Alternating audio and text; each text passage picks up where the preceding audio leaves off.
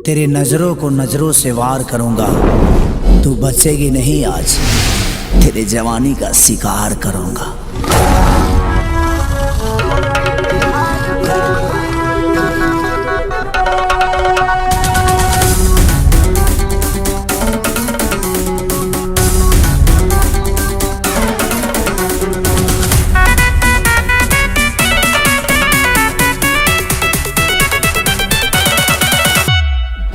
मेरी नजर से जो नजरें मिलाएगा, बिना फायर किए घायल हो जाएगा। समझा?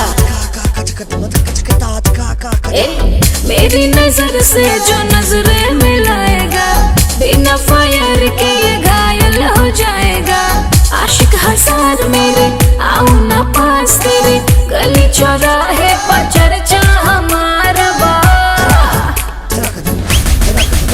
तहरा चक्कर में हो, तहरा चक्कर में, तहरा चक्कर में ढेर लोग कुंवार बा। अच्छा? तो जवानी के जुगाड़ में यूपी बिहार बा।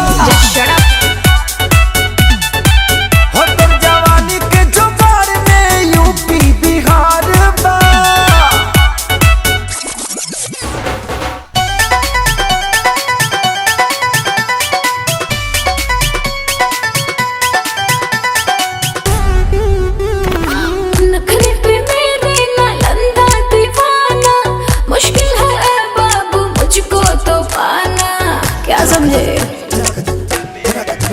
कुछ करबू न तोहरा के छोड़ब रानी, मधनी मनवा छोहारा के बोरब रानी। बच नहीं पाओगे बात जो बढ़ाओगे, हर सिटी में हमारे सरकार बा। तहरा चक्कर में क्या? हो, तहरा चक्कर अच्छा। में, तहरा चक्कर में ढेर लोग कुंवार बा।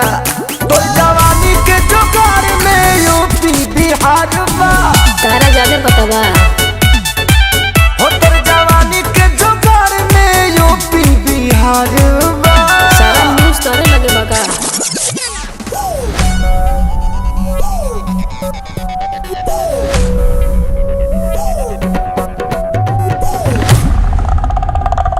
मेरी अदा पे फिदा मत होना, नहीं तो बाद में पड़ेगा बाबू रोना।